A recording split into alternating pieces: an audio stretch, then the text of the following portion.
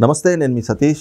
గత వైసీపీ పాలనలో ఎంతో అన్యాయానికి గురై మరి తన సమస్యతోటి పోలీస్ స్టేషన్ల చుట్టూ తిరిగినా కూడా ఎక్కడ ఆ సమస్య పరిష్కరించబడలేదు. పైపెచ్చు తనకి ఎంతో పూర్తిగా వేదనకు కూడా గురైనటువంటి పరిస్థితుల్ని గత వీడియోలో మనతో పంచుకున్నటువంటి బాధితుడు సతీష్ ఇప్పుడు తన సమస్య పరిష్కరించబడింది అంటా ఉన్నారు. మరి 3 ఏళ్లుగా తనకి జరిగినటువంటి అన్యాయం పైన తాను చేసినటువంటి పోరాటాలు మరి ఇప్పుడు ఎలా ఫలించినాయి, ఏ రకంగా తన సమస్య పరిష్కరించబడింది అనేటువంటిది కూడా సతీష్ మాటల్లోనే అడిగి తెలుసుకునేటువంటి ప్రయత్నం అయితే చేద్దాం. నమస్తే సతీష్ గారు. లాస్ట్ టైము మనం కలిసాం, మీరు కూడా చెప్పారు అసలు మీకున్నటువంటి సమస్య ఏమిటి, ఏ రకంగా ఆ సమస్య పైన మీరు పోరాడుతూ ఉన్నారు అనేటువంటిది. మరి 3 ఏళ్ల నుంచి ఆ సమస్యకి మీకు ఎక్కడ పరిష్కారం దొరకలేదంటున్నారు. అలాంటిది ఇప్పుడు మనం కలిసి కూడా దాదాపు ఒక 20 రోజులు అవుతుందేమో. ఈ 20 రోజుల్లో మరి ఇప్పుడు ఎట్లా పరిష్కరించబడింది, అసలు ఏం జరిగింది? మీకు ఇంతకు ముందు కూడా నేను కలిసినప్పుడు చెప్పాను సార్, నన్ను చాలా ఇబ్బందులు పెట్టారు. నేను చాలా డిప్రెషన్లో ఉండే, భయంతో వాళ్ళు పెట్టే టార్చర్లు, వాళ్ళు చేసే ప్రతి ఒక్కదాన్ని భరించుకుంటూ వచ్చి 3 సంవత్సరాలు వాళ్ళ చుట్టే తిరిగిన, కానీ నా ప్రాబ్లమ్ సార్ట్అవుట్ కాలేదు. బతిమలాడినా అని ఎన్నిసార్లు ఏం చేసినా అని నా కార్డ్స్ అయితే నాకు తెచ్చి ఇవ్వలేరు. నేను అక్కడ వెళ్తే నా మీద దాడులు చేసుడో, కొట్టుడో, తిట్టుడో ఏదో ఒకటి చేస్తుండే. ప్రాబ్లం అయితే నాకు సార్ట్అవుట్ కాలేదు ఆ ప్రభుత్వంలో. అవును అన్నారు, అప్పుడు మీరు ఇక్కడ కేసు పెట్టామన్నారు, అక్కడికి వెళ్ళి కూడా కేసు పెట్టామన్నారు. అన్నీ చేసినా అని ప్రాబ్లం సార్ట్అవుట్ కాలేదు నాకు. కానీ అప్పుడు వాళ్ళ ప్రభుత్వం ఉండే కాబట్టి నాకు సార్ట్అవుట్ కాలేదు. వాళ్ళ అండదండ, వాళ్ళ బ్యాక్ సపోర్ట్ మొత్తం ఎంపీ అవినాష్ ఉండే అని చెప్పి వాళ్ళే చెప్పుకున్నారు నా ముందట. అది మేము కూడా విన్నాము, మీరు కూడా న్యూస్లో ఫోటోలతో సహా వాళ్ళ ఎవరైతే నా కార్లు యూజ్ చేసారో వాళ్ళందరి డీటెయిల్స్ కూడా చూసారు.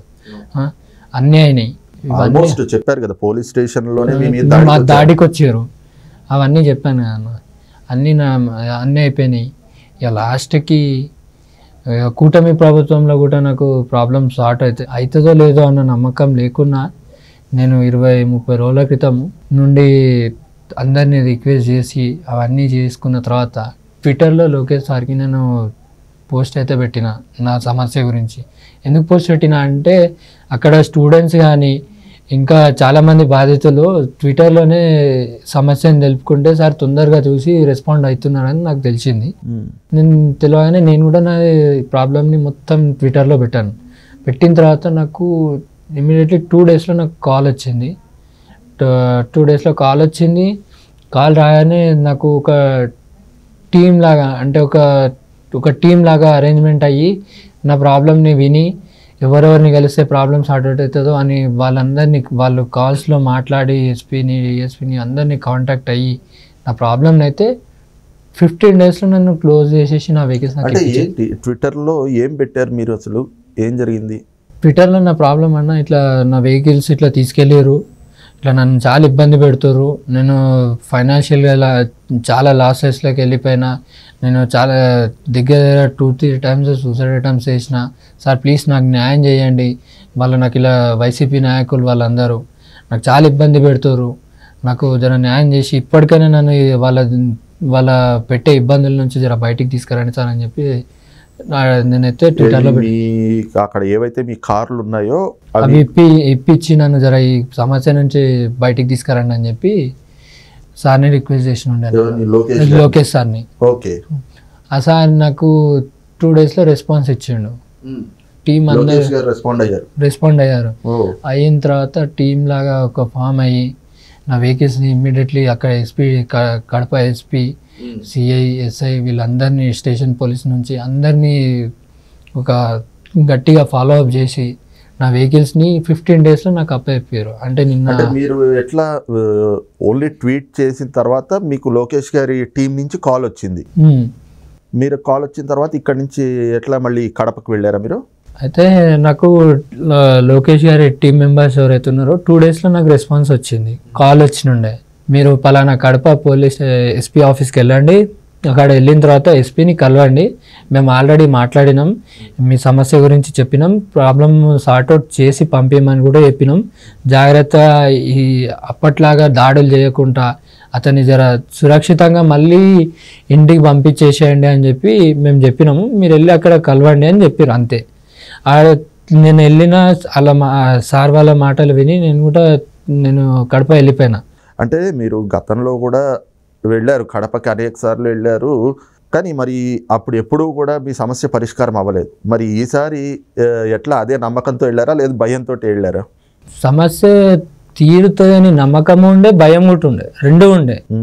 ఎందుకంటే నాకు గతంలో సేమ్ ఇట్లనే కాల్స్ చేసి అప్పుడు కూడా నేను పోయినా నాకు కొట్టేది, తిట్టేది, వార్నింగ్ ఇచ్చి పంపిస్తుండే. ఎస్టేట్లో తీసుకెళ్ళి నన్ను 5 రోజులు పెట్టి కొట్టి అవన్నీ చేశారు. అదే భయంతో నేను పోయినా. ఎందుకంటే ఈసారి నేను అప్పుడు ఫ్రెండ్స్ ఉండే, ఇప్పుడు నేను సింగిల్గా పోయినా కాబట్టి నా మీద ఏదైనా దాడి కూడా జరుగుతుంది అన్న భయంతో కూడా పోయినా నేను. కానీ నాకు అట్లాంటివి ఏవి కూడా కాలేదు. ఏమన్నారు అక్కడికి వెళ్ళిన తర్వాత పోలీసులు, అంటే ఎస్పీ ఆఫీస్కి వెళ్ళాక?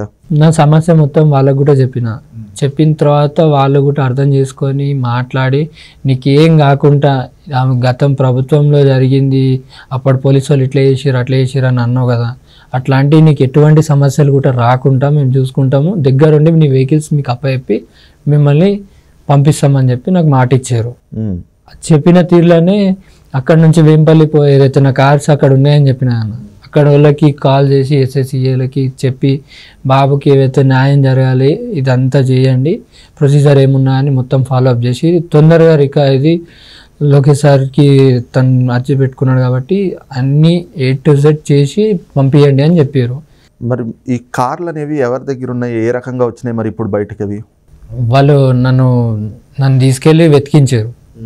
నాకు ఒక 2 కానిస్టేబుల్ని ఇచ్చేసి మళ్ళీ మా వాళ్ళని కూడా పెట్టి నన్ను తీసుకెళ్ళి ఫస్ట్ మొత్తం వెతికించారు. నేను కొన్ని కార్లు ఐడెంటిఫై చేసిన. నాకు అప్పట్లో ఎవరైతే నా కార్లు యూజ్ చేస్తారో వాళ్ళ డీటెయిల్స్ అడిగారు. అంటే 2021లో నీ వెహికల్స్ ఎవరెవరి దగ్గర కనిపించినాయి, ఎక్కడెక్కడి నుంచి వచ్చినాయి, ఎవరెవరు తీసుకొచ్చి పెట్టినావు అని అంటే, నేను ఇప్పుడు ఆమె ఎంపీటీసీ భారతి ఆమె పేరు, ఆమె ఇప్పుడు ప్రజెంట్ అక్కడ ఎంపీటీసీ హోదాలో ఉంది. అప్పట్లో ఆమె దగ్గర నాది పోలో ఉండే. నేను వాళ్ళ పేర్లు ఇట్లనే శంకర్ రెడ్డి, ప్రసాద్ రెడ్డి అని వీళ్ళ దగ్గర నుంచి కొన్ని కార్లు నాకు దొరికినాయి. అప్పట్లో నేను ఏదైతే పోలీస్ స్టేషన్లో పెట్టినో వాళ్ళ పేర్లు వాళ్ళ డీటెయిల్స్ నేను ఇచ్చిన వాళ్ళకి. అలాగే వాళ్ళకి కాల్ చేసి వెహికల్స్ తెచ్చి ఇచ్చేసేయండి, ఇష్యూ పెద్దగా చేసుకోకండి, ఇది ఆల్రెడీ 3-4 years నుంచి మీరు యూజ్ చేస్తారు కాబట్టి ఆ బాబుకు చాలా ఫైనాన్షియల్గా ప్రాబ్లం అవుతుందని చెప్పి మా ఎస్ఎస్సిఏ సార్ వాళ్ళు, ఎస్పీ సార్ వాళ్ళు వాళ్ళకు కాల్ చేసి మాట్లాడి మళ్ళీ రిటర్న్ పోలీస్ స్టేషన్కి తెప్పించారు వెహికల్స్ని. తెప్పించి నాకు మొన్న 29th రోజు ఈవినింగ్ 6:30కి అట్లా నా కార్లు నాకు ఎస్పీ ఆఫీస్లో నాకు హ్యాండ్ ఓవర్ చేసేది. ఓకే, అంటే మీరు గతంలో కూడా ఇదే తీరులో పోలీసుల దగ్గరికి ఆశ్రయించారు, మీ సమస్యను అప్పుడు చెప్పుకున్నారు. మరి అప్పుడు పరిస్థితులు ఎలా ఉన్నాయి? ఇప్పుడు మరి మీరు ఏదైతే మీరు అన్నట్లుగా లోకేష్ గారికి ట్వీట్ చేయడం, ఆ తర్వాత వాళ్ళ టీం మీకు ఫాలోఅప్ చేసి పంపించారు కదా, ఇప్పుడు వెళ్ళినప్పుడు అక్కడ పోలీస్ స్టేషన్ దగ్గర అక్కడ పరిస్థితులు ఏ విధంగా ఉన్నాయి? అంటే గతంలో ఎలా ఉండింది అసలు? గతంలో అయితే నన్ను లోపలికి కూడా రానిచ్చేవారు కదా, స్టేషన్ లోపలికి కూడా. నా ఎంబడి వచ్చిన పోలీసు వాళ్ళని కూడా లాస్ట్ ఎండింగ్ లీగల్గా పోయినప్పుడు పోలీస్ స్టేషన్ నుంచి అన్నీ తీసుకొని పోయినప్పుడు 2 hours బయట నిలబెట్టి వాళ్ళు డిస్కషన్ చేసిన తర్వాతనే మమ్మల్ని రానిచ్చారు. కానీ అప్పుడు మళ్ళీ స్టేషన్ లోపలనే నా మీదకి దాడికి కూడా దిగారు. దాడికి దిగినట్టుగా బిహేవ్ చేసి వార్నింగ్లు ఇచ్చుడు, 1,80,000 రూపాయలు ఇచ్చిన దాకా మీ కార్ సీఎం అని చెప్పుడు పోలీస్ స్టేషన్లోనే ఇవన్నీ అయినాయి. కానీ ఇప్పుడు దాడికి ప్రయత్నించారు. మేము ఎక్కడ వెళ్ళినా మా ఎంబడి ఫాలో అప్ చేసుడు అవన్నీ చేశారు. కానీ ఇప్పుడు అట్లా లేదని, ఇప్పుడు చాలా మారింది. నన్ను లోపలికి పిలిచారు, నన్ను లోపలిని కూర్చోబెట్టి నాతో మొత్తం డిస్కషన్ చేసారు. నాకు ఎంబడి ఒక కానిస్టేబుల్ని నన్ను ఎప్పటికీ అటు ఇంకోటి ఏంటంటే, ఎవరైతే లోకేష్ సార్ సంబంధించిన టీం మెంబర్స్ కూడా నాకు చాలా రెస్పాన్సిబిలిటీతో కాల్ చేస్తుండే. ఎట్లా అంటే ప్రతి 2 hours-కి 3 hours-కి కాల్ చేసి ఎలా ఉన్నావు, ఏడున్నావు, తిన్నావా లేదా, నీకు కరెక్ట్ చూసుకుంటురా లేదా, నీ మీదకి ఎవరన్నా వచ్చిరా, నిన్ను ఎవరైనా వార్నింగ్ చేస్తుర్రా, లేదు ఇంకెవరన్నా వచ్చి ఇబ్బంది పెడుతుర్రా, ప్రతి ఒక్క డీటెయిల్స్ 3 hours-కి ఒకసారి నాకు అప్డేట్లు కావాలి అని చెప్పి మాట్లాడి నా ఎంబడే ఉండి, వాళ్ళు దూరం ఉన్నా అని నా ఎంబడే ఉన్నట్టుగా నన్ను ఈచ్ అండ్ ఎవ్రీ సెకండ్ నన్ను చూస్తున్నట్టుగానే నాతో మాట్లాడి నాకు అన్నీ, అంటే ఎట్లా అంటే ఒక సొంత అన్నదమ్ములు అంటారు కదా, దానికన్నా ఎక్కువ నన్ను ట్రీట్ చేసి నా ప్రాబ్లమ్ని ఇట్లా 15 రోజులలో నన్ను సార్ట్అవుట్ చేస్తారని నేను కూడా ఎక్స్పెక్ట్ చేయలేదు. సార్ అయితే నేను అసలు నేను అసలు గతంలో ఏం జరిగిందో ఇప్పుడు ఏం జరిగిందో అప్పుడు జరగని న్యాయం ఇప్పుడు 15 daysలో నాకు జరిగింది. అవును, అంటే దాదాపు 3 ఏళ్ల పాటు అసలు ఒకసారి కాదు 2 సార్లు కాదు మీరు అక్కడి నుంచి పారిపోయి వచ్చినటువంటి సంఘటనలు కూడా చెప్పారు. అయితే ఇప్పుడు మీరు వెళ్ళిన తర్వాత అక్కడ పోలీస్ స్టేషన్లో అయితే పూర్తి మార్పు కనిపించింది. వీళ్ళు మీకు దగ్గరుండి వెహికల్స్ అన్ని చూపించి తీసుకొచ్చిన తర్వాత నాకు 29th రోజు మా ఈవినింగ్ టైంలో నాకు అప్పచెప్పేసారు. అంటే జనరల్గా నాకు ఇక్కడ ఇంకొక డౌట్ ఏంటంటే లాస్ట్ టైం కూడా మీరు 1-2 సార్లు కార్లు ఇలాగే స్టేషన్కి తీసుకొచ్చి మళ్ళీ వెనక్కి తీసుకెళ్ళిపోయారు అనేటువంటి చెప్పారు కదా.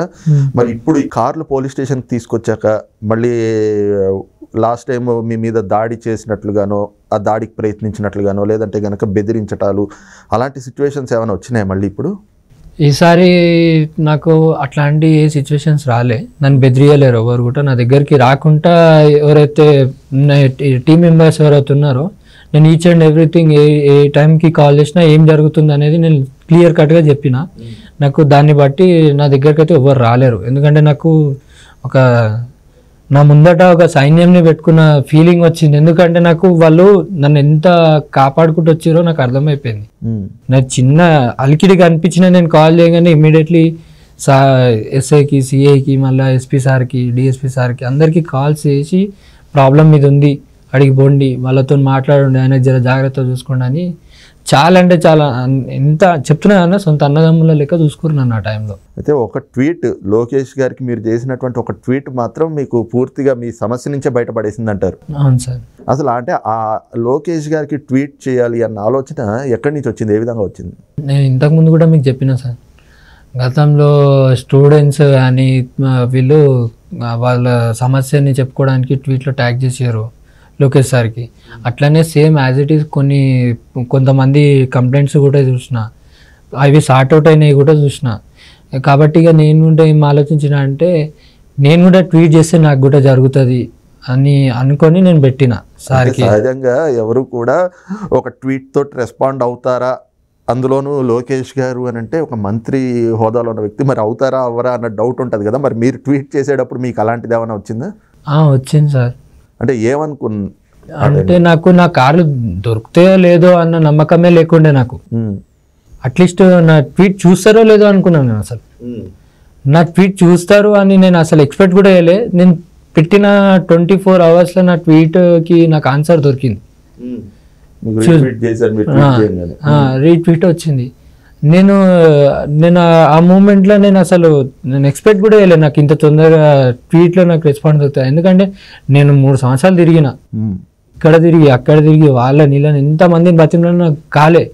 అంత పెద్ద పోస్ట్లో ఉన్న లోకేష్ సార్ నా చిన్న సమస్యని ఇది ఒక 15 daysలో అది నాకు పెద్ద సమస్య, సార్కి చిన్న సమస్య, కానీ కాకపోతే 15 daysలో నాకు క్లోజ్ చేసి నా వెహికల్స్ అయితే నిజంగా చెప్తున్నాను సార్ రావు అనుకుని నా చేతులు ఇచ్చాడు. దానికి మాత్రం నేనైతే లోకేష్ సార్కి నా కుటుంబ సభ్యులతో సహా మేము జన్మలో రుణపడి ఉంటాం. ఎందుకంటే నాకు పునర్జన్మ ఇచ్చినంత విలువైంది. ఎందుకంటే నేను లాస్ట్ టైం కూడా మీకు చెప్పిన ఏంది, నేను ఇట్లా ప్రాబ్లమ్స్లో ఉన్నప్పుడు సూసైడ్ అటెంప్ట్ కూడా చేసిన అని చెప్పిన. అట్లాంటిది నేను చనిపోవాలి ఈసారి నేను అసలు ప్రాబ్లమ్ సార్ట్అవుట్ కాకపోతే నిజానికి కూడా అదే ఫాలో అవుతుండే. ఎందుకంటే నేను ఆల్రెడీ మీ దగ్గర రాకముందే డిసైడ్ అయినండి నా ప్రాబ్లం అందరికీ తెలిస్తే బాగుండు, ఇంకా ప్రాబ్లమ్ సార్ట్అవుట్ అయితే బాగుండు అని ఆలోచించుకొని వచ్చిన. కానీ అంతకుముందు నేను ఆలోచించింది ఏంటంటే ఇప్పుడు కూడా నాకు ప్రాబ్లమ్ సార్ట్అవుట్ కాకపోతే నేను సూసైడ్ చేసుకుందామని ఫిక్స్ అయిన ఉండే. అట్లాంటిది నన్ను మళ్ళీ కాపాడి ఒక నిజంగా చెప్తున్నా నాకు నా ప్రాణాలను తిరిగి తెచ్చిచ్చాడు, నా కుటుంబానికి దగ్గర చేసిండు సార్. నేను అస్సలు మర్చిపోను. గత 1 year నుంచి నా కుటుంబాన్ని నేను దూరం చేసుకున్నా, వాళ్ళని కలవని లేను. మొన్న రీసెంట్గా కార్లు ఇచ్చిన తర్వాత ఒక 10 minutes మా అమ్మ నాన్న దగ్గరుండి చూసుకున్నా. నేను మర్చిపోను సార్, నా లైఫ్ లాంగ్ గుర్తుపెట్టుకుంటా. నేను మీకు రుణపడే ఉంటా, నా సమస్యని సార్ట్అవుట్ చేసినందుకు నేను రుణపడే ఉంటా. కానీ నాకు పర్సనల్గా కలిసి సార్కి థ్యాంక్ యూ చెప్పుకోవాలని ఉంది.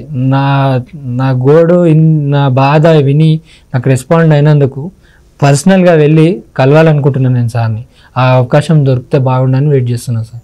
రైట్ సతీష్, అయితే మీరు ఇందాక ఓ మాట అన్నారు, ఏది ఈసారి నా సమస్య పరిష్కారం కాకపోతే నేను సూసైడ్ చేసుకుందాం అని చెప్పేసి ఇంకా డిసైడ్ అయిపోయాను అని.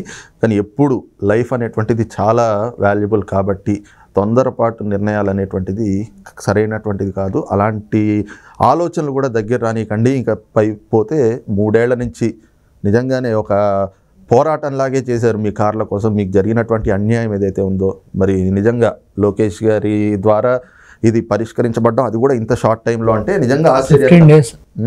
15 రోజుల్లో మీ సమస్యకు పరిష్కారం దొరికి మీ కార్లు మీకు వచ్చినాయి అంటే ఎస్, ఇప్పుడు కొత్తగా మళ్ళీ లైఫ్ రీస్టార్ట్ చేసి మంచిగా ముందుకు వెళ్ళాలి. ఇంకా పైనైనా ఇలాంటి ఇబ్బందులు రాకుండా జాగ్రత్త పడుతూ చక్కగా మళ్ళీ ఫ్రెష్గా మీ లైఫ్ని స్టార్ట్ చేయండి. పేరెంట్స్ దగ్గరకు కూడా వెళ్తున్నా అన్నారు. ఎస్, లోకేష్ గారు కూడా మీకు ఒక అవకాశం ఇవ్వాలి, మీకు దొరుకుతుందని నేను కూడా ఆశిస్తున్నాను. ఆయన కలిసి మీరు ఏదైతే థ్యాంక్స్ చెప్పాలనుకుంటున్నారో నిజంగా మీ కళ్ళల్లో కనిపిస్తూ ఉంది. అది డెఫినెట్గా అలాంటి ఆలోచనలు మాత్రం తీసేసేసి మళ్ళీ చక్కగా మీ లైఫ్ని రన్ చేయండి. ఇక పైన అయితే మీకు సమస్యలు ఉండకూడదనే నేను కోరుకుంటా ఉన్నాను. Thank you.